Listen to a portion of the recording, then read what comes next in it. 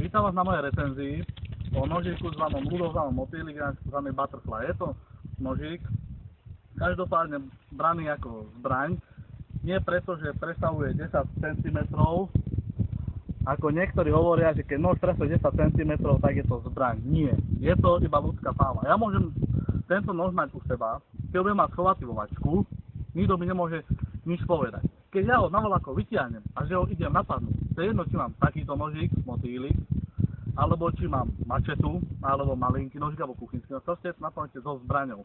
Takže tento nož je celkom braný ako zbraň, lebo keď si napadnete, tak ťažko by si vysvetlil policajtov, že si s ním krajaš v robote slaninu.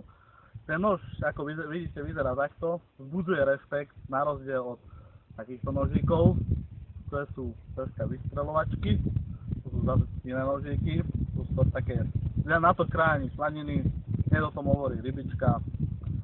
Ale tento nož tiež by bol braný ako zbraň, keby niekoho si napadnil, ale nemá 10 cm, niekto by povedal, že nie je to zbraň, ale každopádne je to zbraň, keby si niekoho napadnil. Či je to taký nož, alebo takýto, je tam vidieť ten rozdiel.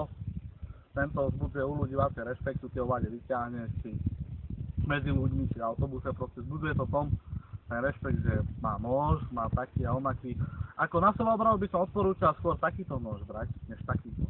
Lebo tento aj vzbudzuje rešpekt, ale zase skôr sa vieš vyhovoriť s tým, že nosíš to u seba, ako keď náhodou, čo keď sa dostane do situácie, že potrebuješ čo odrezať. Treba, že sa ti zauzú šunky na to pánky, no keď potreba odrezať. Proste vyhovoriť ľahko než z tohoto. Po toto časti, môj názor, pripadá mi to troška ako bojová zbraň. Kvôli tomu, že dá sa s ním veľa vecí robiť, dá sa s tým jednoducho aj triky robiť. Vieš s tým urobiť aj pár trikov. No a s týmto nie, tento len vieš zatvoriť a otvoriť. S týmto nenarobíš veľa trikov, ale s týmto viacej narobíš trikov. A nakoľko tento je aj dlhší nož, dlhšiu čepel má, o mnoho, od tohoto, tak ak sa zláčim podbiješ, tak ho podržia a bodne sa, určite mu väčšie zranenia spôsobí s týmto nožom, ako každopádne s týmto.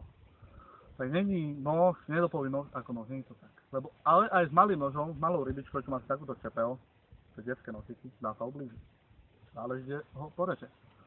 Preto sa hovorí, keď máš nož, buď rozumný a predvídaj. A predovšetkým nie je dobré, keď má nož voľaký chlap, čo má veľké reči. Alebo máš nož na machrovanie, to je blbosť. Proste nož je dobré mať na to, buď hovorím, robote si idem voľačo odkrojiť na jedenie, alebo tak voľako, alebo prípade voľačo, keď potrebujem náhodou nož voľačo odrezať, ale nie, ja budem nosiť nož na to, že proste budem vyhľadať bitky a konflikty, len aby som mohol niekoho s tým zapisnúť. O tom nie je nož. Nož sa dá použiť ako aj sebaobranný prostriedok, ale nie tak, aby som niekoho s tým zabil alebo špatne porezal. Každopádne, ja nedoporúčam ani tak nož na sebaobranu, ale viac doporúčam plynovú pištol na sebaobranu, ale to až v druhej recenzii.